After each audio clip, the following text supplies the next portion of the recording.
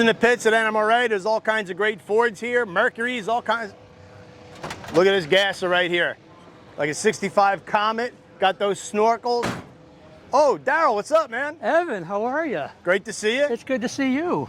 This guy is a 66 or 67? It's a 66. 66 post-model Fairlane with an FE. It does. It flies, and you normally are out here with that car. I've never seen this car before. Yeah, I've had this in my arsenal about 5 years now. Oh, wow. Yeah. So, I mean, we're just walking around. We'll shoot a video with you. Okay. So, man, tell me about this car.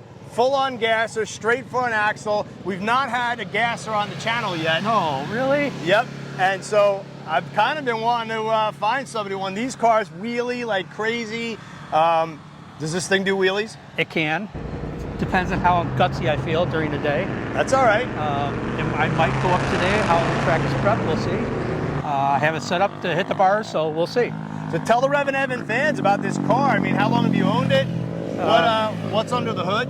I bought it in 2018. Long story short, I was building one of these when I was 15 years old. Right. And exact setup, and I hurt myself when I was building it, and parents said, you know, it's a dangerous car. It's got to go away. So it went away, but I've always wanted to finish the project. So it's basically been 40-some years in the making. Wow. So I was on eBay one day, and I was looking, and I saw this car in Bismarck, North Dakota. Right. All it was painted. It was in a bucket and box of all the parts. So I went out to Bismarck, North Dakota on November 3rd in 2018 and drove out there. You don't drive out to Bismarck, North Dakota in the middle of winter. I was going to say, I live in Florida where it's always warm, but anything North Dakota just sounds freaking cold to me. It was blowing snow, it was windy, I had an empty trailer, it was scary as crap. So I met the guy about midnight.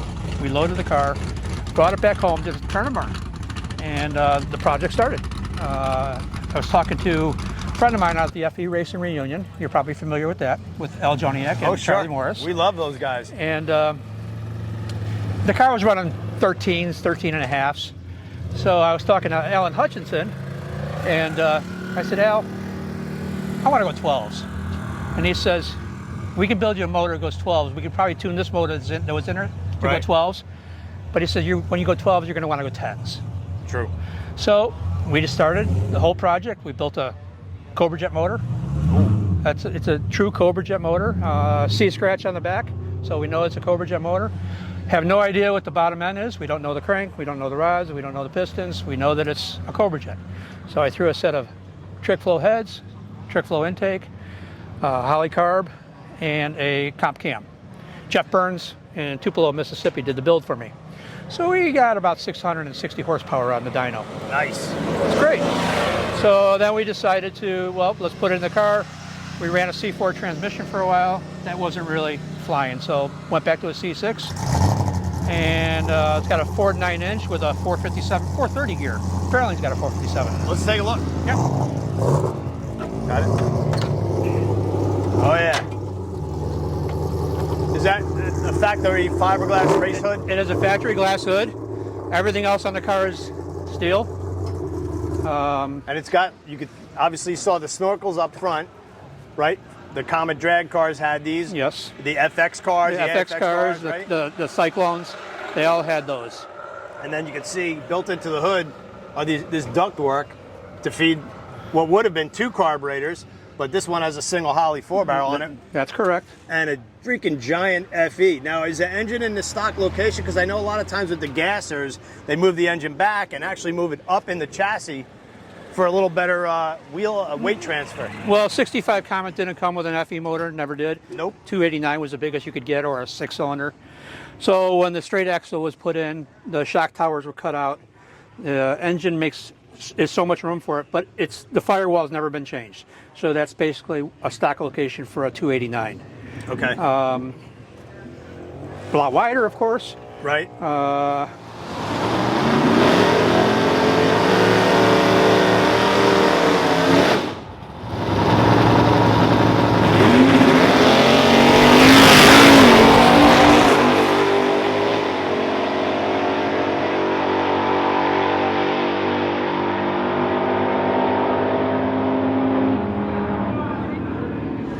So if you're unfamiliar with what a gasser is, It was a way that they built cars in probably the late 50s and 60s, and it has a straight front axle, so you took all the control arms out of it. It's just a set of leaf springs. Check it out up front.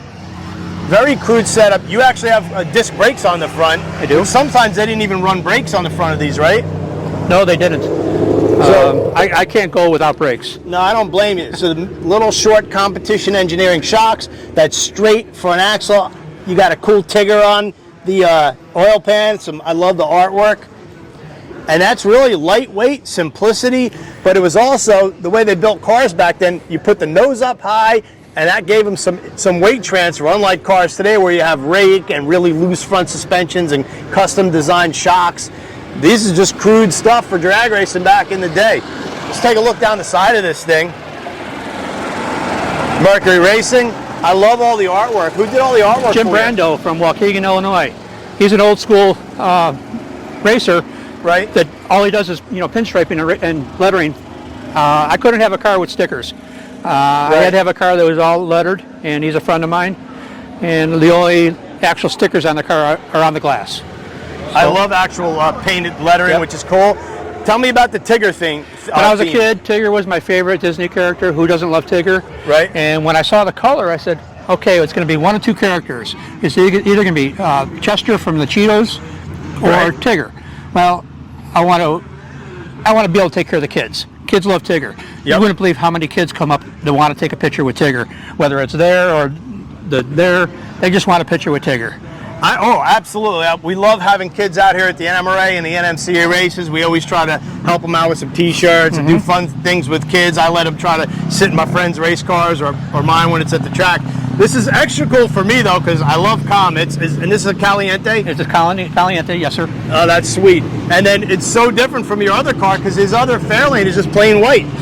It just got like that stock 60s. Hey, it's just a cool, let the engine do the talking. I didn't want to letter that car. I just wanted to keep it clean and just basic. And in keeping with the Gasser theme, so you got old school Craigers up front on some Mickey Thompsons, the Craiger SS's, and then just some Steelies out back.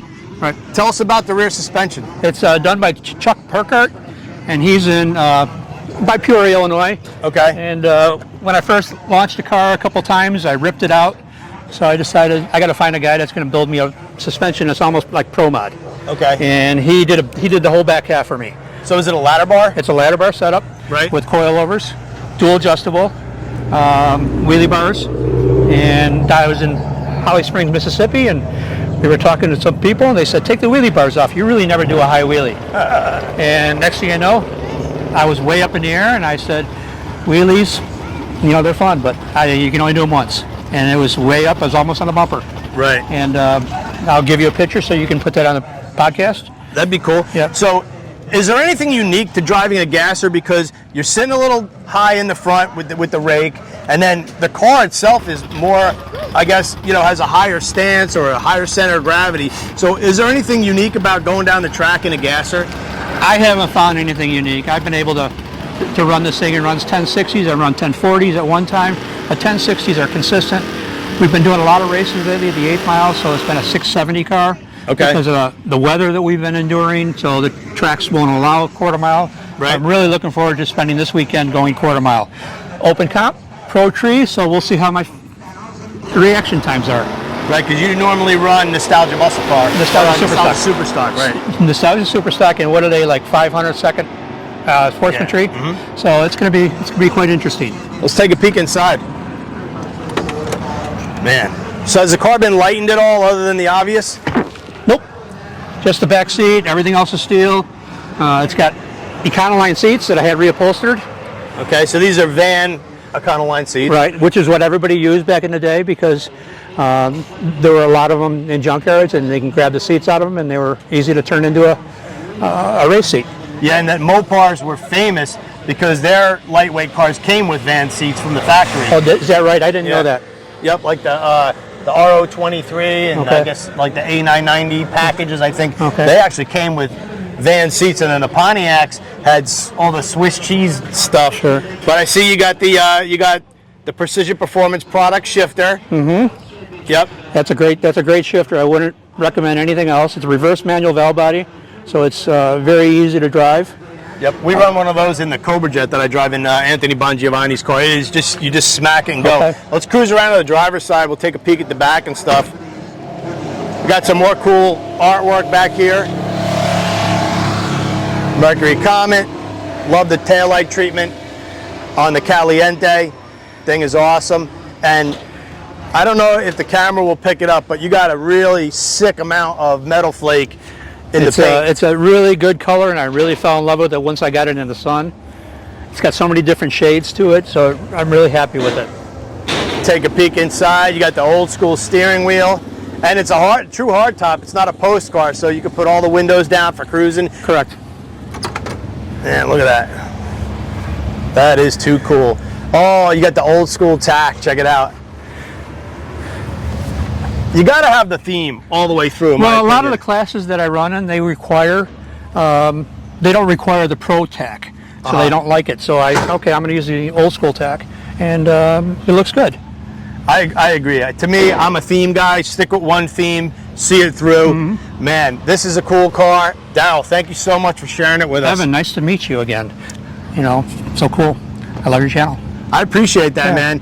Thanks everybody for checking out the REVan Evan channel. 65 Comet, Daryl Nelson. He's going to be on track this weekend. Good luck at the NMRA here. And thanks everybody for watching. Thank you.